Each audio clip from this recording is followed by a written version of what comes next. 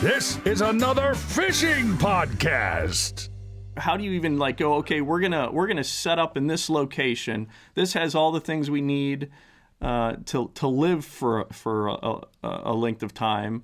How is that all determined?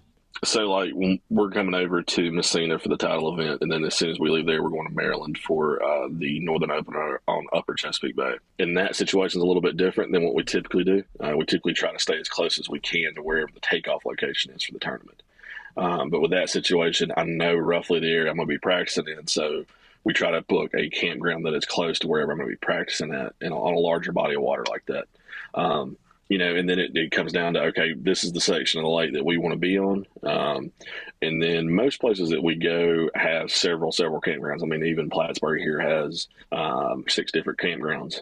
So we get down and we look at the map and go, okay, this is the area we want to stay at. Here's the campground options. And then we just look and see what they have availability-wise. That comes down to whether you just want an electrical site, electrical and water, and sewer, what we call full hookup.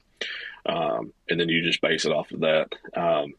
We go through the process to try to make sure we read reviews for all the campgrounds we stay at, because you run into some interesting campgrounds on the road. Most of the one we're staying at this week is one of the nicest ones that we've stayed at all year. But it's you just try to make sure that you're not getting a terrible campground, even though you're not able to see it. So there's a lot of looking at satellite images, Google road view if you get an option to, and stuff like that.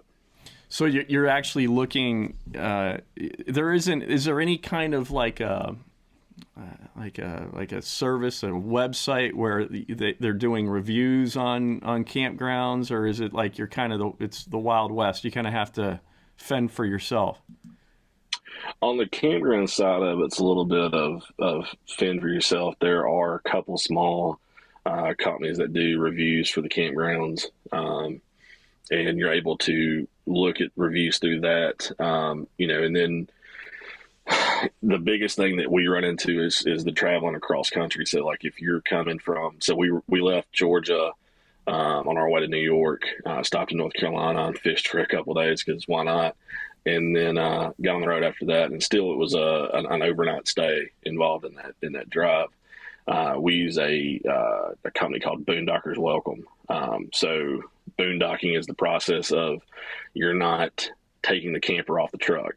It stays on the truck, so you're sleeping in the camper while it's on time. And Boondockers Welcome is a group that provides people that are either full-timers, part-timers, or at least have an RV or van in the van life deal. They have setups on their property. Some of them are electrical only. Some of them have full hookups. It just depends on what that individual is willing to do. And it's a free service through them. You do have to pay for a membership process through boondockerswelcome.com, but most of the Boondocker places are free. Some of them ask for like $5 here and there for water or power. That's really it. And we use those a lot in the traveling across the country, or if we really want to stay at this RV park and it's not available for that first night we're there, we'll go ahead and get a Boondockers Welcome.